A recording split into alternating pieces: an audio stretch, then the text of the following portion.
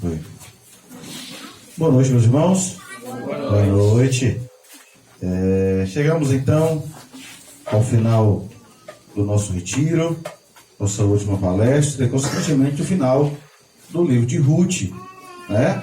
Estudamos aí os 4 capítulos e eu quero convidar você nesse instante que abra a sua Bíblia, lá no finalzinho, capítulo 4.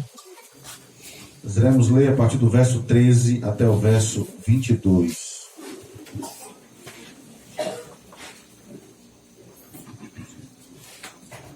Ruth, capítulo 4, do verso 13 até o verso 22. Eu farei a leitura, peço que você acompanhe a leitura que farei. Ouça com fé o que diz a palavra do nosso Senhor. Diz assim: Assim tomou Boaz a Ruth, e ela passou a ser sua mulher. Coabitou com ela, e o Senhor lhe concedeu que concebesse e teve um filho. Então as mulheres disseram a Noemi: Seja o Senhor bendito, que não deixou hoje de te dar um neto que será o teu resgatador. E seja afamado em Israel o nome deste. Ele será restaurador da tua vida e consolador da tua velhice, pois tua nora que te ama o deu à luz, e ela te é melhor do que 7 filhos. Noemi tomou o menino, o pôs no regaço e entrou a cuidar dele. As vizinhas lhe deram nome, dizendo: A Noemi nasceu um filho, e lhe chamaram Obed. Este é o pai de Jessé, pai de Davi. São essas, pois, as gerações de Pérez. Pérez gerou Esrom, Esrom gerou Arão, Arão gerou a Aminadab, Aminadab gerou a Naasson, Naasson gerou a Salmão, Salmão gerou Boaz, Boaz gerou Obed, Obed gerou a Jessé, e Jessé gerou a Davi. Amém. Vamos orar. Louvamos, Senhor Deus, bondoso e bendito, por mais uma preciosa oportunidade que temos, ó Deus, depois de dias tão alegres, de tamanho aprendizado, que ao fecharmos hoje, ao finalizarmos, que possamos sair daqui com o coração grato por tudo que o Senhor tem feito por nós. Obrigado, ó Deus, e agora te peço que, quando diante da tua palavra estamos, que o Senhor possa assim desvendar os nossos olhos e abrir o nosso coração, para que possamos entender a tua palavra, guardando em nosso coração, para não pecarmos contra ti. É essa oração que te fazemos no nome que está acima de todo nome, nome santo de Jesus. Amém e amém. Meus queridos irmãos, tempo desse atrás, eu assisti um filme, um típico filme de comédia romântica, onde o rapaz, não tão certo na vida, de repente encontra uma moça, se apaixona por ela, e ele muda de vida e faz de tudo para se casar ou ter um relacionamento com essa moça. E em uma parte do filme eu achei interessante que, para tentar impressioná-la, ele preparou um dia onde várias surpresas ele apresentaria a ela.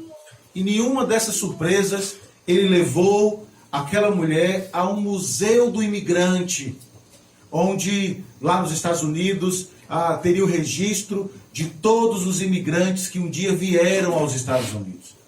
E esse rapaz, esse mocinho, ele tinha ajudado o guarda do museu e pediu a ele que lhe fizesse um favor para impressionar a moça. Quando eles chegaram nesse museu, eles foram diretos e vendo as esculturas e vendo as fotos das pessoas desembarcando no navio e aquela multidão chegando.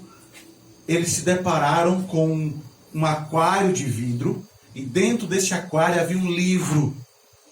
E o mocinho fez de tudo para que a moça olhasse para o livro. E ela fascinada com aquele passeio, disse: não acredito em tudo isso. E aí ele faz de tudo para ela olhar. Ela então olha para o livro e começa a correr o livro em todos os nomes que estavam lá. E de repente ela se depara com um nome familiar. Era o nome do seu avô, do seu tataravô, não me recordo bem. Mas o mocinho achava que estava abafando porque fez com que ela olhasse para o nome do seu parente. E de repente, ela sai de lá em pranto, chorosa. E ele pergunta para o vigia: será que ela está chorando de alegria ou de tristeza? E o vigia dá de ombro, sem entender o que estava acontecendo. Ao final, ele vai saber que o parente que estava ali registrado era um assassino. Alguém que a família dela tentou esquecer e apagar por tamanha crueldade daquele homem. E o nome da sua família ficou marcado por causa dessa pessoa.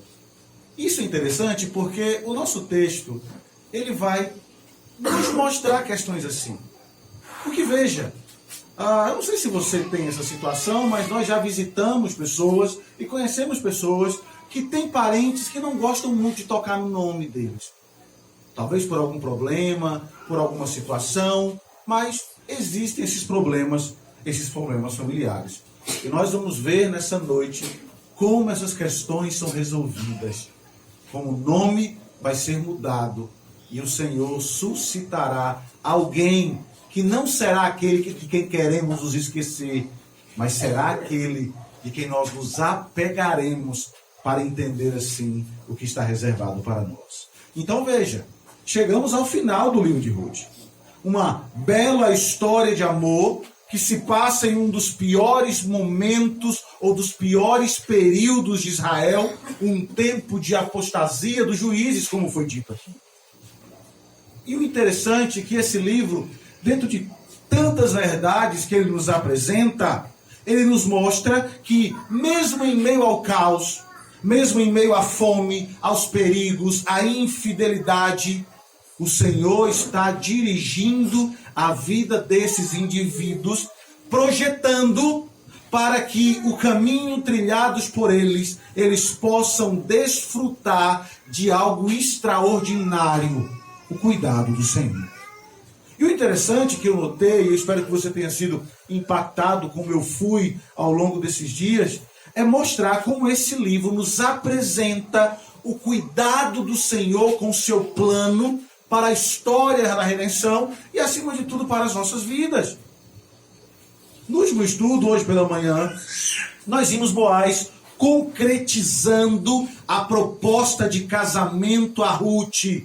Aquela que ele fez quando ela se deita aos seus pés e pede para que ele cubra com o seu manto ou cubra com as suas asas. E ele então diz, se o outro resgatador, aquele que está à minha frente, não te resgatar, eu farei isso.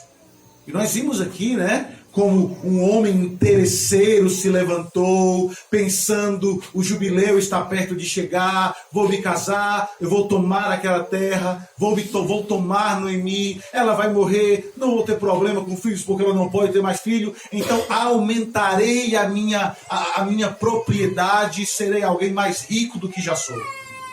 Só que ele não contava com a questão de que Ruth estava lá, que poderia suscitar descendência ao seu marido, como foi dito aqui pelo pastor Antônio. Mas tudo isso então começa a se encaixar. E agora o grande momento chegou, a festa de casamento. Eles se casam, eles se unem, passam a ser uma só carne, e então o Senhor os abençoa de maneira grandiosa. Porque veja, nós temos um casamento de mais de 10 anos, ou de 10 anos, ou menos um pouco, porque eles ficaram 10 anos ali, não sabemos o tempo, que se deu o casamento de Ruth com o filho de Elimeleque e Noemi, mas o fato é, eles não tiveram filhos. E o texto é especialmente claro em dizer que eles se unem e agora um filho nasce. E durante cada palestra que demos aqui nesses dias, vocês perceberam que nós sempre tratamos dos personagens, tocamos na história de cada um, falamos de Elimeleque e seus filhos, por mais que não tenhamos tantas informações, mas tocamos neles, falamos sobre Orfa que voltou, falamos sobre Ruth e o seu amor pactual que demonstra para com a sua sogra. Falamos a respeito da sogra que não ficou tão feliz em levar Ruth para a cidade ou para Belém, porque Ruth seria um peso para ela, por ser moabita, e toda a história que temos por trás disso. Tocamos em cada personagem, apresentamos Boaz, vimos tudo isso. E o que ficou claro para nós é que o Senhor, desde o início, está provendo redenção e usando as dificuldades e as facilidades da vida para lidar com a situação de cada um. Então, para finalizar esse belíssimo livro, eu quero levar o seu coração de volta a cada um desses personagens, para que vejamos como Deus, de maneira extraordinária, conduziu tudo de forma extremamente maravilhosa. Olhe para Noemi. Saiu de Belém cheia de bem, cheia de rebelião. Foi com o marido para uma terra pagã tentar a vida. Abandonou a casa do pão. Por lá perdeu tudo, inclusive maridos e filhos. E então volta vazia e amarga. Ou melhor, voltou com Ruth. Mas era naquele instante incapaz de perceber o bem que tinha ao seu lado. Como nós fazemos tantas vezes, né, quando estamos amargurados. Ela que começou vazia e amarga. Como é que termina a história, irmãos? Alguém lê para mim o verso 16, por favor? De Ruth, capítulo 4. Alguém lê bem alto para mim? Noemi tomou o menino e pôs no regaço e entrou a cuidar dele. Isso. Agora nós temos uma nova mulher que termina a história feliz e cuidando de um bebê que vai ser o seu descendente. Veja o cuidado divino para com o futuro de Noemi. Eu quero que você aguarde bem isso no coração. Vou fazer algumas aplicações já sobre isso. Sua velhice agora está protegida por Boaz, por Ruth e por Obed. E olha que interessante. Note por trás disso tudo a maravilhosa ação soberana do Senhor na vida de Noemi. Porque veja, se ela não tivesse ido para Moabe, se não tivesse perdido os 2 filhos, ela não teria conhecido a bênção de voltar e a bênção de ter Ruth cuidando dela, alguém melhor do que 7 filhos, como diz o texto. Perceba que a teia da providência divina, mesmo sendo complexa, mesmo não sendo entendida naquele momento, é usada pelo Senhor para abençoar aquela mulher e, acima de tudo, abençoar todo um povo. E o interessante desse texto é que nós temos uma ideia errada a respeito de como Deus trabalha em nossa vida, e esse livro deixa uma coisa muito clara para nós. Veja, porque nós acreditamos que Deus só trabalha em nós depois que nós já estamos arrependidos, que nós já estamos nos pés dele, que nós temos uma vida cristã piedosa, e aí nós achamos que é somente depois disso que Deus começa a trabalhar em nossa vida. Não é assim que nós pensamos? Por vezes não pensamos que Deus só vai agir. Veja o que eu estou querendo dizer. Eu não estou querendo dizer que se você viver na impiedade que Deus vai te abençoar. Não é isso que eu estou dizendo. O que eu estou afirmando é que nós temos uma visão errada de como a providência divina funciona. Porque mesmo Noemi, tendo um coração distante de Deus, Deus não deixou de trabalhar, de providenciar tudo para que a sua vida terminasse da forma que terminou. Porque não é apenas quando nós damos permissão para Deus que Ele trabalha em nossas vidas. Perceba que nós vemos Ele mexendo, puxando, moldando, tratando, fazendo as coisas acontecerem, para que assim tudo concorra para o bem da sua própria palavra. Você percebe isso aqui? Deus cuida. E Deus faz com que a sua vontade e os seus planos prevaleçam. Mesmo Noemi pensando e dizendo, vai lá, filha minha, faça isso. Ele é Boaz, o teu resgatador, o nosso resgatador.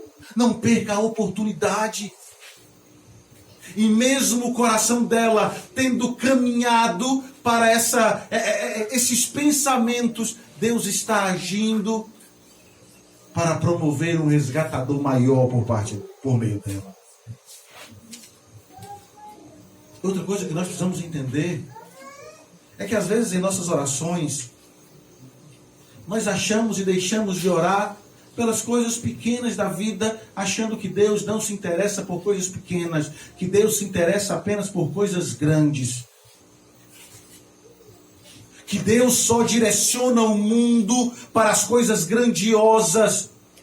Mas perceba que Deus cuida das coisas pequenas, como o coração de uma simples viúva, como alguém que estava colhendo no campo, pegando as espigas. Olha que interessante. E ele vai, traz o povo de volta, coloca as coisas no eixo. Deus está trabalhando para que as engrenagens que outrora estavam desencarrilhadas, agora voltem a funcionar de maneira muito bem orquestrada. Em meio a um caos de um país ou de um povo, Deus trabalha em uma família para organizar tudo. E a questão é, a situação de Noemi termina, mas ela não está mais amarga. Ela foi resgatada da situação difícil. O Senhor feriu, o Senhor sarou. E olha que interessante.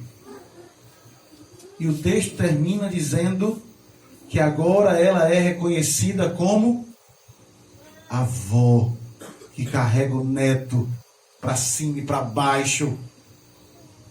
O Senhor restaurou a sorte dessa mulher. Perceba que interessante é isso. E deixa eu falar uma coisa aqui que eu achei interessante no livro que eu li, quando o autor trata de algo que está muito distante da nossa realidade. Ele diz assim: você já se perguntou por que Obed é considerado como neto de Noemi? Ruth era filho dela? Sim ou não? Não. Não. Boaz era filho de Noemi? Não. Não. Mas Noemi é avó. Por quê? Tradição. A tradição que o levirato, né? Sim. Olha que interessante. Ela pega o menino e agora é avó. E olha como isso é belo. Nós temos aqui essa ideia que já foi trabalhada aqui do levirato, de como isso funciona. Mas perceba a ideia de ser amado, alguém que não nasceu de fato do ventre ou da mesma família ligada. E você percebe a beleza que há aqui? Hoje você é amado pelo Pai. Mas o pastor Antônio até disse isso, né? Não há judeus por nascimento aqui. Mas o texto diz que nós somos filhos de quem? Filhos de Abraão. Filhos adotivos. Olha que maravilha. Mesmo quem não nasceu como parte da casa de Cristo, mesmo quem não nasceu lá, pode se tornar gente da casa, comer com Ele, morar na Nova Jerusalém. Isso é interessante. Como eu disse, o autor do livro que eu estava lendo, ele diz assim: nós temos uma noção errada da adoção.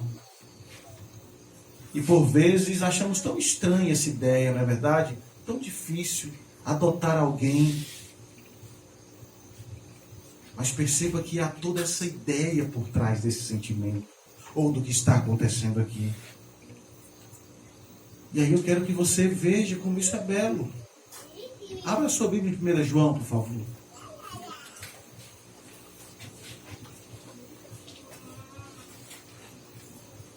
capítulo 3, verso 1. Alguém lê para mim?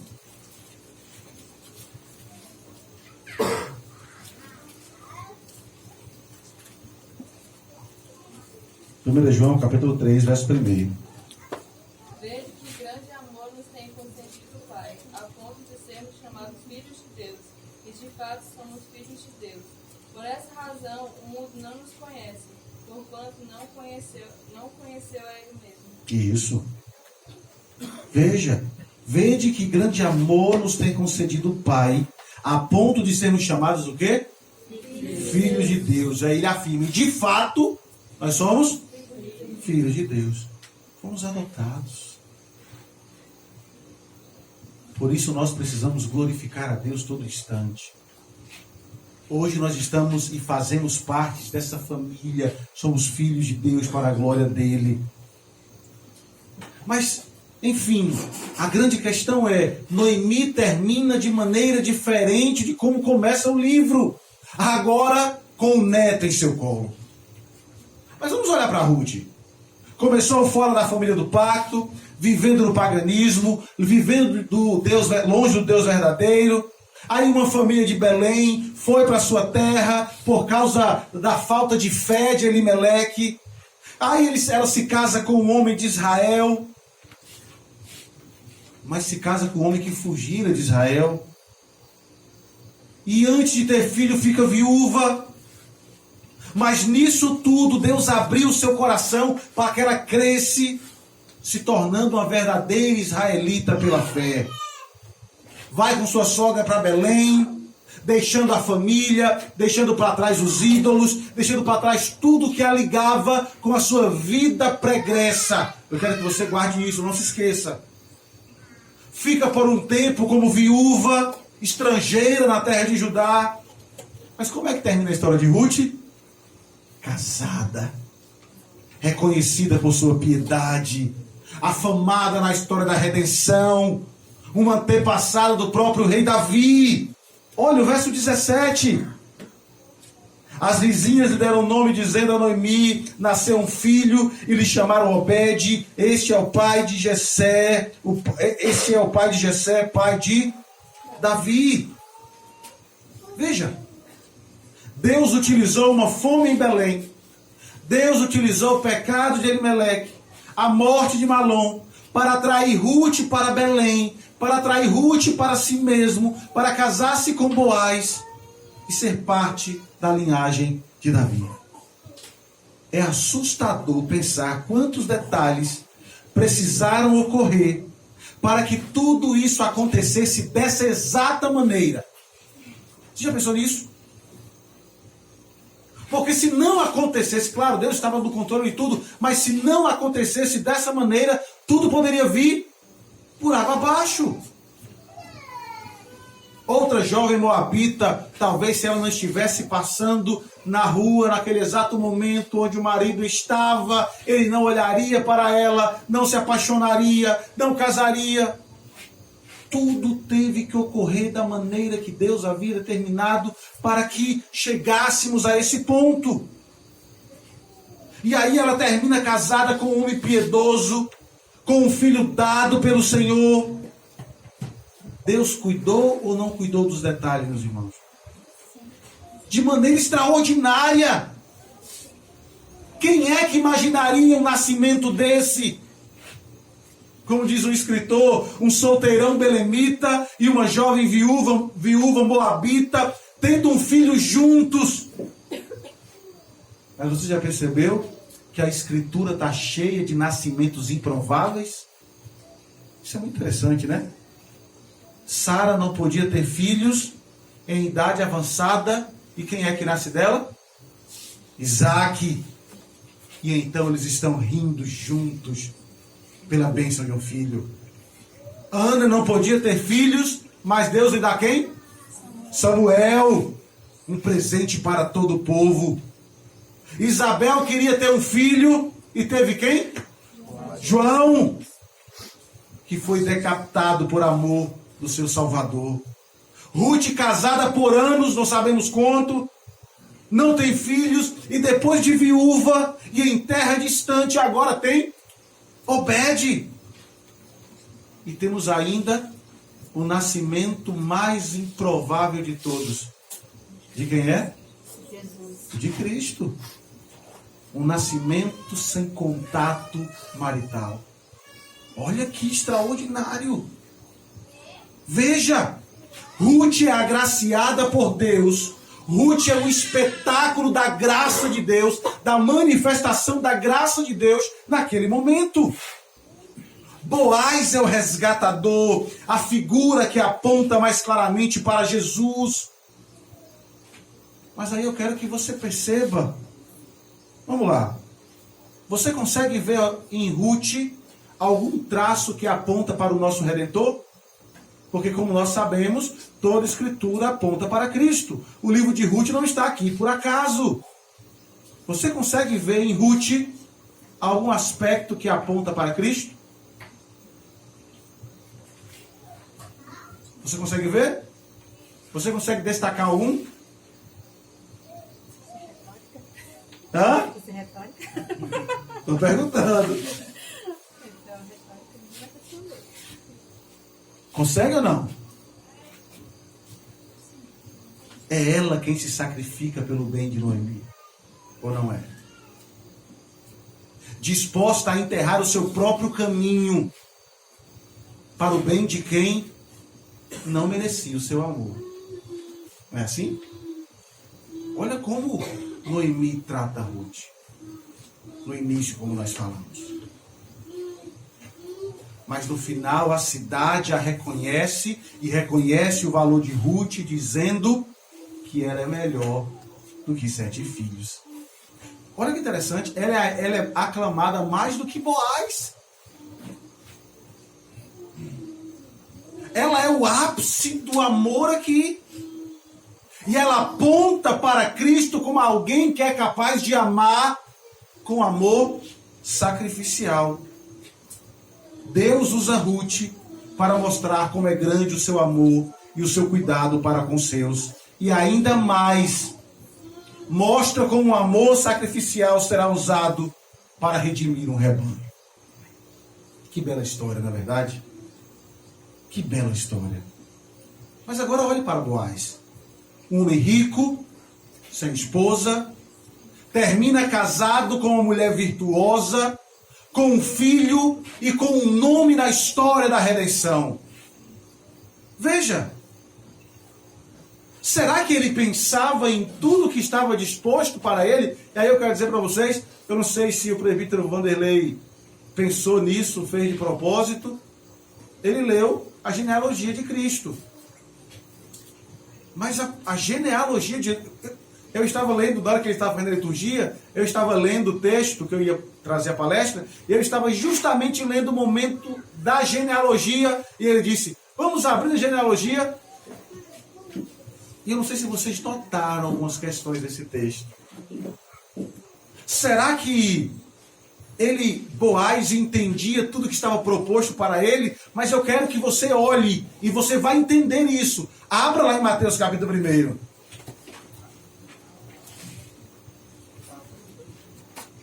Perceba que as surpresas aqui são grandes. Vamos lá, Mateus capítulo 1.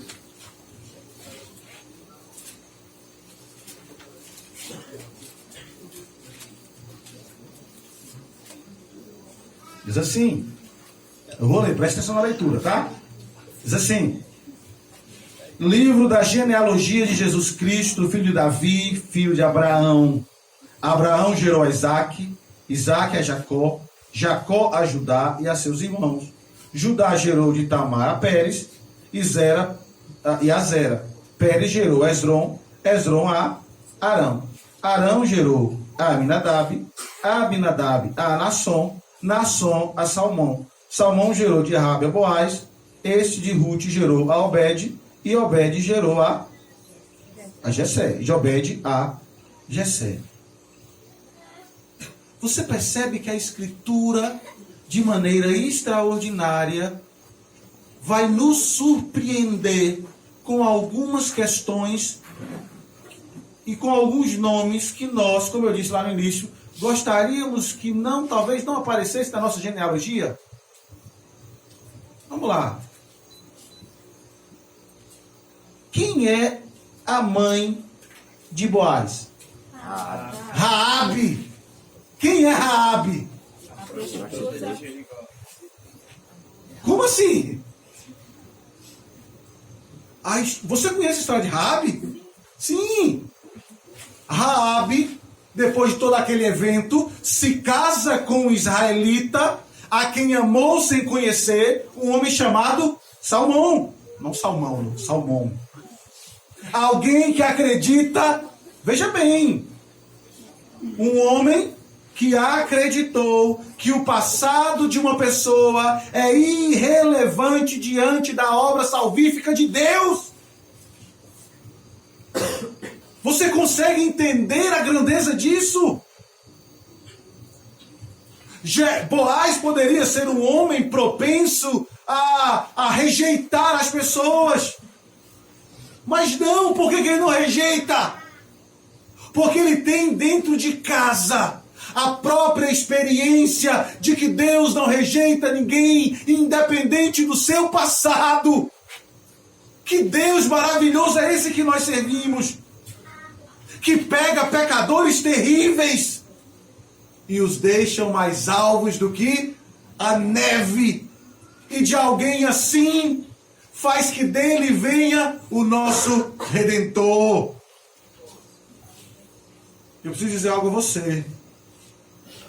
Se você não acredita, ou se você ainda se apega, ou ainda você se deixa julgar pelo passado daqueles que estão arrependidos, eu preciso que você passe a olhar para a Escritura, porque você precisa olhar para a Escritura e acreditar que Deus perdoa e trabalha em pessoas que um dia tiveram um passado terrível.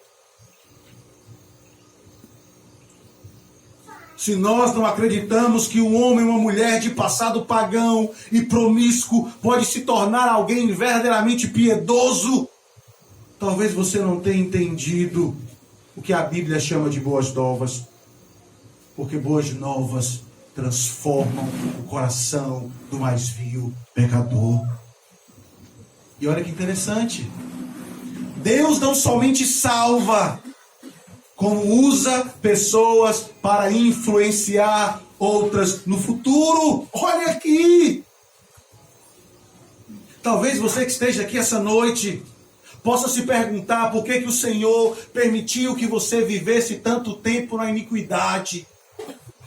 Talvez você se pergunte por que o Senhor permitiu que você tanto tempo vivesse no mundo sem conhecer a verdade, cometesse tantos erros, desse tantas cabeçadas desse mundo, para que hoje pudesse estar aqui convertida pelo alimentando dessa graça, mas ainda se pergunta por que eu não conhecia antes, por que o Senhor não me salvou antes, para que pudesse evitar tantas cicatrizes e tantas marcas. Mas olhe para esse texto.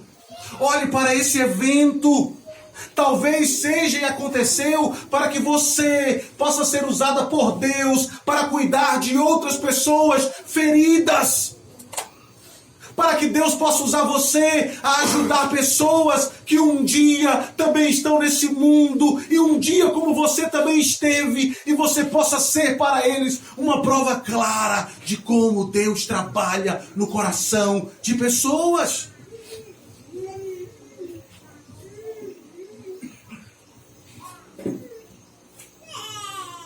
Olha o que temos aqui. Boaz, filho de Raabe. Alguém que foi transformado por Deus. E perceba que sim, um pai israelita ensinou todas as verdades. E perceba a benevolência desse homem. Tudo isso é fruto do que ele aprendeu em sua casa a respeito da lei de Deus. Alguém que um dia foi quebrada, foi reconstruída pelo Senhor e foi capaz de ensinar toda a verdade a respeito de Deus que é amor. Veja. Agora o que eu acho interessante é que voltemos novamente a Ruth.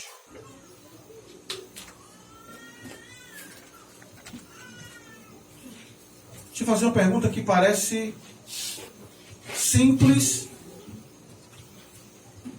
banal não, simples, mas que a resposta pareça simples, mas que de fato não é tão simples assim. Quem é o resgatador da história? Vamos lá. Pode responder. Quem é o resgatador da história?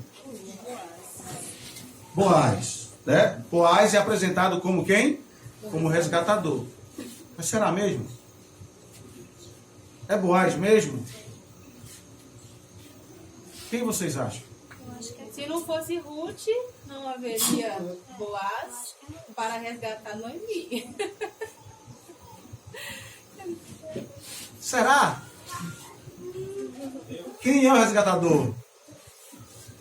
Olha para o texto. Vou ler para você. Versículo 14. Então as mulheres disseram a mim: seja o Senhor bendito que não deixou hoje de te dar um, que será o teu resgatador, e seja afamado em Israel o nome deste. Quem é o resgatador? Obed. Olha que interessante. Como assim, Obed? A ideia aqui é que talvez haja uma expectativa messiânica que sempre foi muito forte no coração do israelita. Talvez o pensamento seria: quem sabe não vai ser Obed, aquele que cumprirá a promessa feita a Eva lá no jardim. Quem sabe não será ele aquele que vai trazer paz. Sim, sabemos que não é ele, mas é alguém que virá dele. Veja que maravilha. E sabe o que Obed significa, o nome Obed? Alguém sabe? Aquele que serve, servo. Mas Obed não é o resgatador final, porque ele é apenas servo. Mas virá alguém que será o servo sofredor, para nos salvar e nos resgatar do nosso pecado. Que história bem construída, não é, irmãos? Que história bem amarrada, bem feita pelo Espírito.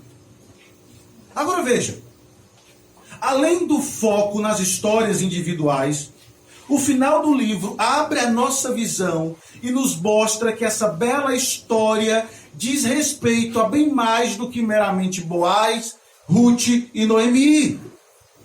Essa história diz respeito a todo o povo de Deus.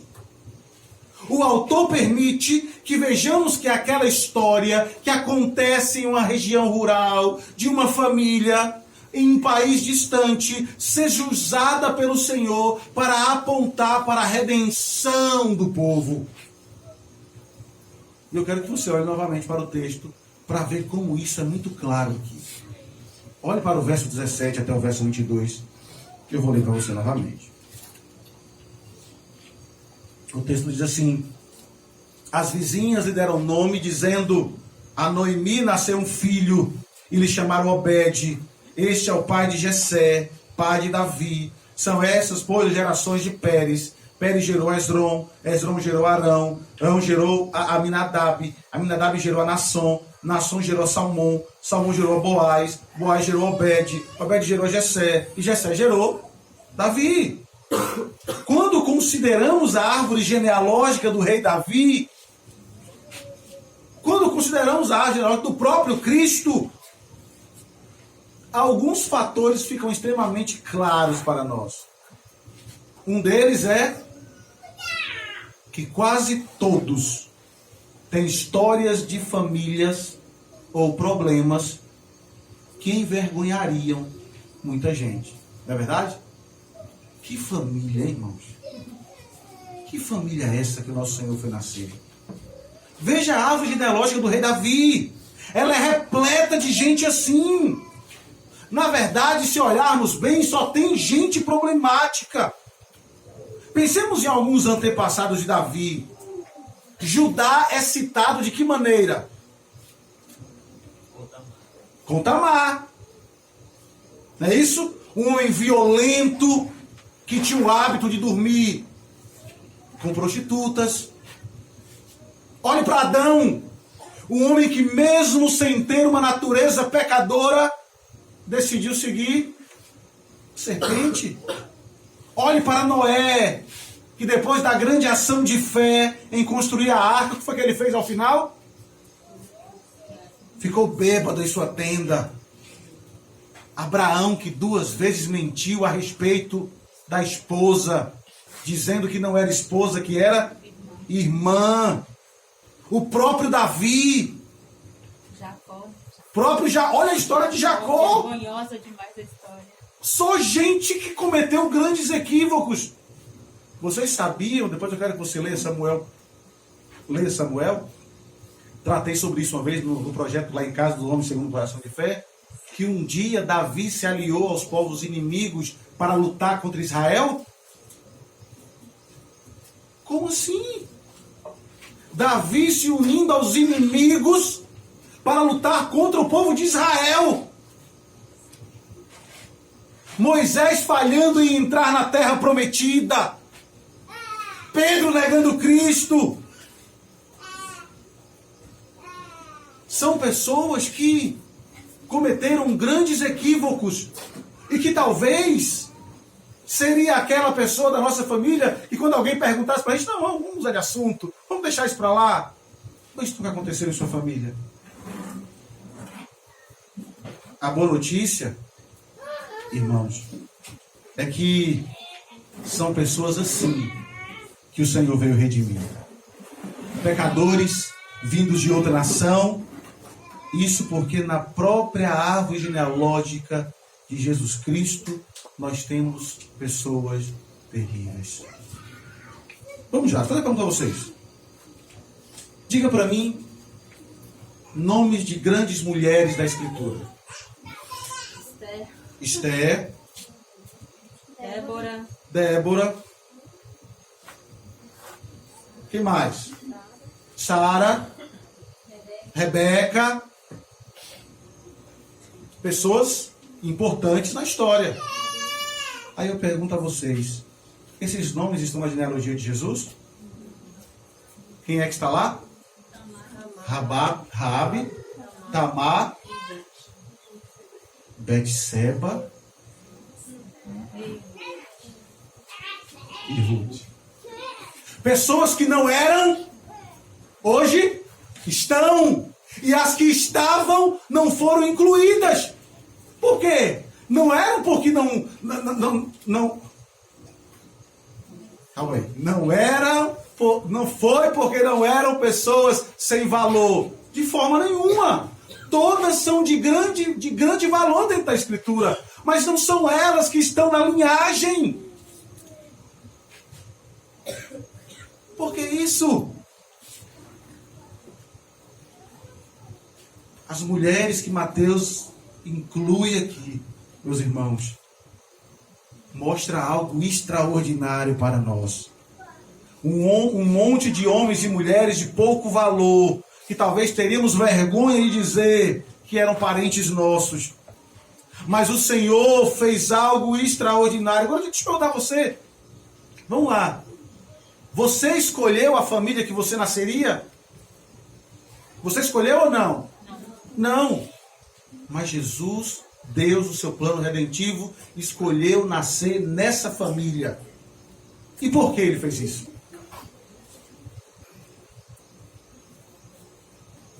Sabe por quê, irmãos? Porque a Escritura não é um livro acerca de como ser bom.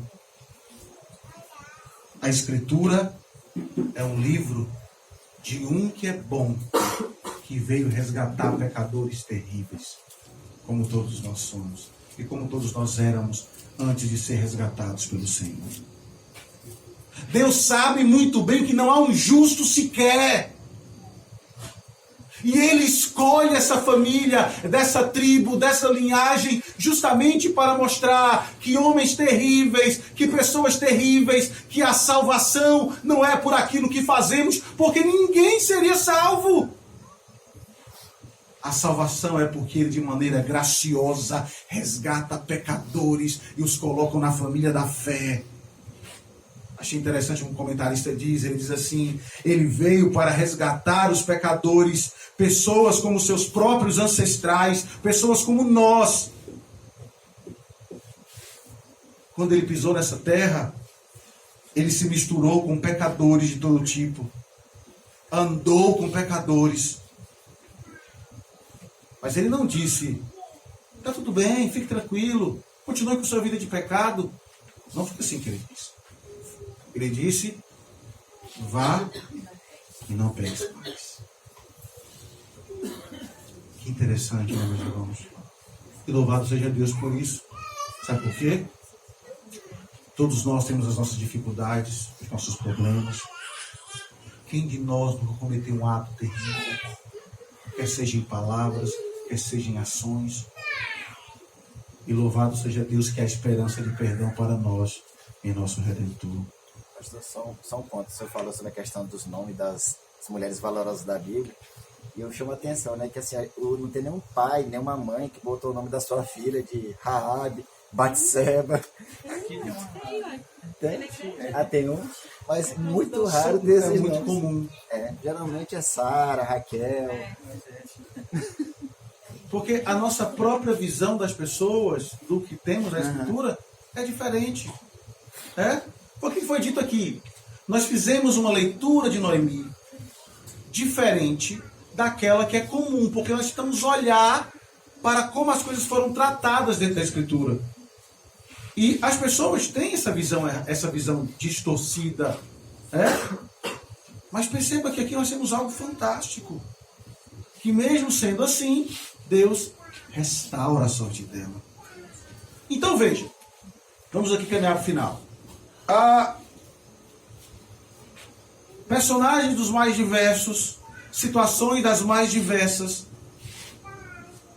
Agora, sobre quem realmente afinal é este livro? Noemi, Boaz, Elimeleque, Ruth, Obed, Jessé, Davi. Sobre quem é esse livro? É sobre sim cada um deles. É sobre nós, sobre nossa redenção. Mas acerca de tudo, é sobre Cristo. Não apenas sobre como Deus trouxe pão para a casa do pão, mas como da casa... São essas questões que trazem a beleza, né? Foi dito aqui pelo pastor Antônio que Belém era considerada a casa do pão. E um dia, do forno em Belém, nasceu aquele que seria o pão da vida, que alimentaria o povo, não apenas com alimento físico, mas traria o pão que saciaria definitivamente a fome de todos aqueles que se alimentarem das suas palavras. O texto é para mostrar que da casa do pão, Deus estava na história providenciando pão para todo aquele que tem fome. Aquele que deixou muito mais do que os campos de Moabe, como foi Ruth. Aquele que deixou a glória dos céus. Que não apenas arriscou a sua reputação, como foi Noemi, mas que se tornou maldito naquela cruz em nosso lugar.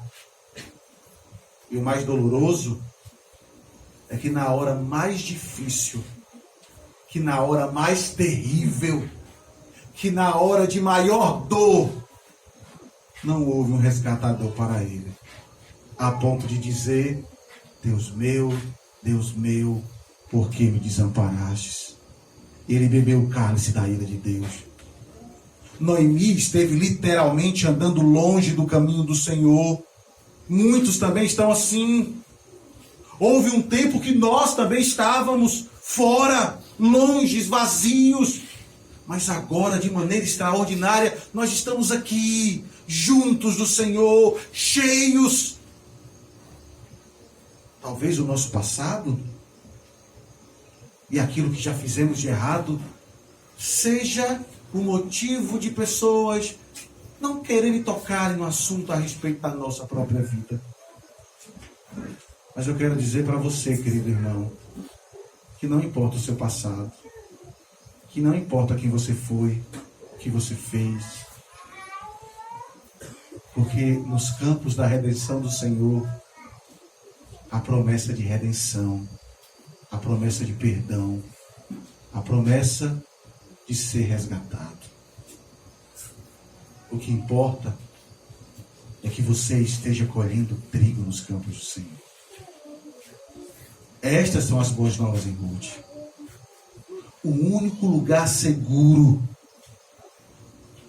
inabalável, protegido, livre de qualquer problema, é debaixo das asas da capa do nosso grande Redentor. Eu quero dizer para você que está aqui nessa noite, que confessou Cristo Jesus como seu Senhor, que foi resgatado por Ele. Eu lhe afirmo com toda certeza e sem convicção de errar, você não está deitado aos pés. Você está coberto e protegido pelo Senhor. E nada pode tirar você de debaixo das asas do Senhor, se de fato você está em Cristo. A mensagem do livro de Ruth é que o Senhor está orquestrando todas as coisas rumo à consumação do seu plano eterno de redimir um povo por meio do Redentor Jesus Cristo.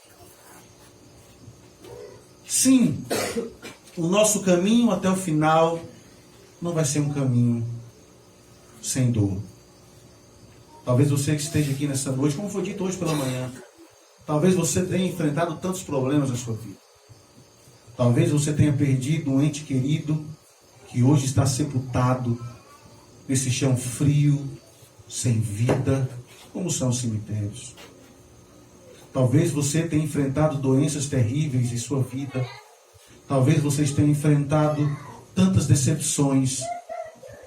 Mas eu quero dizer para você que aquilo que o nosso resgatador conquistou vai apagar tudo isso. Olha que interessante. Abra sua Bíblia no Salmo 90, verso 15. Alguém leia para mim.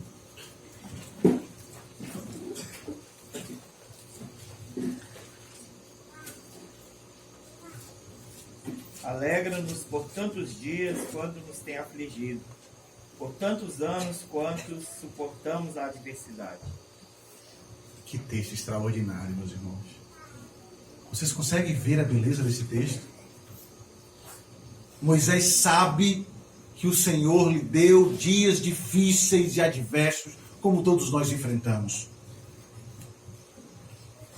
Ele sabe que a nossa vida terá dias difíceis.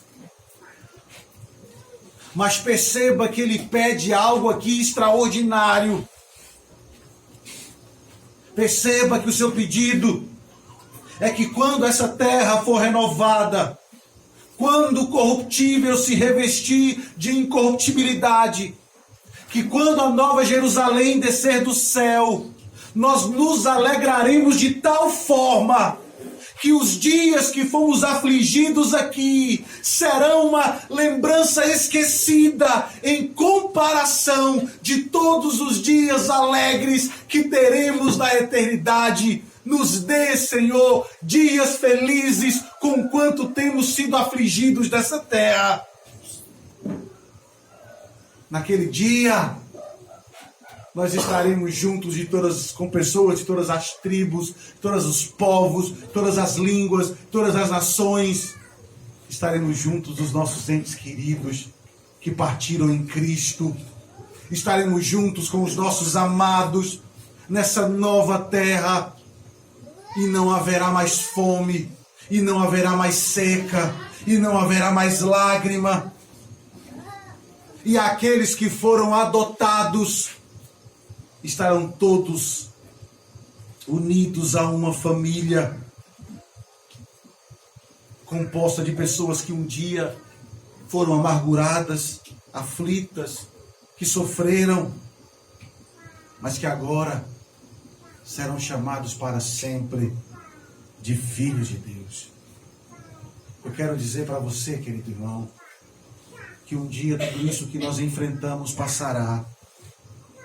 que as suas dores como pai um dia passarão, que as suas lutas passarão, que as suas angústias passarão, que se você que está aqui nessa noite ainda não entendeu o comprometimento que você deve ter com Cristo, eu chamo a você, comprometa-se com aquele que é o pão da vida. Porque o dia que você fizer isso, a cada dia que se passar na sua vida, você se tornará mais parecido com aquele que é o nosso irmão mais velho, Cristo Jesus. É esse o Evangelho de hoje. O Evangelho da redenção. O Evangelho de um Deus que transforma, que cuida. E a boa notícia é que todos os que forem chamados, esses virão e desfrutarão do banquete à mesa do Senhor. Eu quero dizer para ti, querido, que nesse grande dia, eu não tenho nem ideia, nem como mensurar o tamanho dessa mesa, mas eu estarei lá. E espero contemplar cada um de vocês ao meu lado, no dia eterno de Cristo, onde nós nos alimentaremos para sempre, onde não faltará pão. Por isso, se comprometa com esse Senhor. Senhor que salva pessoas difíceis. Senhor que restaura vidas difíceis. E nos faz e nos coloca na família de Deus. Sobre o que o livro de Ruth é? Sobre a maravilhosa redenção nos campos do Senhor.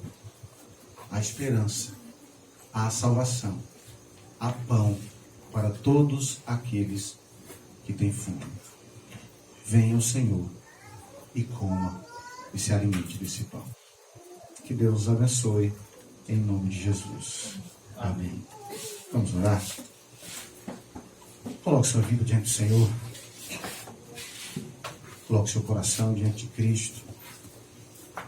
Como eu disse, talvez você tenha se perguntado, talvez cada palestra que você ouviu nesses dias lhe impactou, moldou e tratou com seu coração, com questões específicas. Talvez você ouviu questões da sua própria vida aqui. É o Senhor falando contigo. Por isso peça a Ele que aquilo que foi colocado em seu coração possa levar você ao sair daqui, ser alguém mais comprometido com esse Senhor que lhe resgatou. A se alimentar cada vez mais, a buscar se alimentar das palavras do nosso Redentor, porque elas trazem vida. Peça ao Senhor. E não se entristeça, querido. Um dia as aflições vão acabar. A fome não mais existirá. E estaremos aos pés de Cristo. Te louvamos, Senhor, e te bendizemos pela grande oportunidade que tivemos durante esses dias de ouvir a beleza da tua redenção em um livro tão antigo, muito antes da tua vinda, mas ali já se revelava o que tu farias por nós. Serias o nosso resgatador. Como falamos tanto aqui, a nossa esperança se move nisso. Porque Boaz morreu, Obed morreu, Jessé também. Davi, o grande rei Davi, de tantas conquistas e batalhas, também um dia morreu. Mas o Senhor venceu a morte para ser o nosso verdadeiro resgatador. Por isso, ó Deus, trabalha em nosso coração para que possamos viver aos teus pés a cada dia, seguros, descansando naquilo que está proposto para nós, habitar para sempre. Hoje Por vezes temos vergonha de um, de outro. Talvez a nossa própria família, situações que um dia aconteceram. Mas o Senhor não se envergonha em nos chamar de filho. E louvado seja o teu nome por isso. Que o Senhor não nos trata segundo os nossos merecimentos. O Senhor nos chama de filhos e de fato nós somos filhos de Deus. Herdeiros da terra prometida. E caminhando nós vamos para Jerusalém. Caminhando nós vamos para Jerusalém, onde habitaremos para sempre contigo, Senhor. Obrigado por esses dias. Obrigado por cada palavra que foi dita aqui. Obrigado por esses momentos. E agora, ó Deus, ao sair daqui, ao voltar para os nossos afazeres diários, para o nosso trabalho, para a nossa vida cotidiana, nos faça revelar a beleza do Evangelho em cada ato que fizermos. É esta oração que te fazemos, o nome que está acima de todo nome, o nome santo, glorioso do nosso Redentor, Cristo Jesus. Amém. Amém. Boas novas em Ruth. Chegamos ao fim de mais um retiro. Que Deus nos abençoe, que Deus nos ajude e preparemos o nosso coração para o próximo ano, para que juntos possamos aprender mais a respeito da verdade do Senhor. Que Deus nos abençoe, queridos, que Deus nos ajude e cuide de nós, em nome do Senhor. Amém.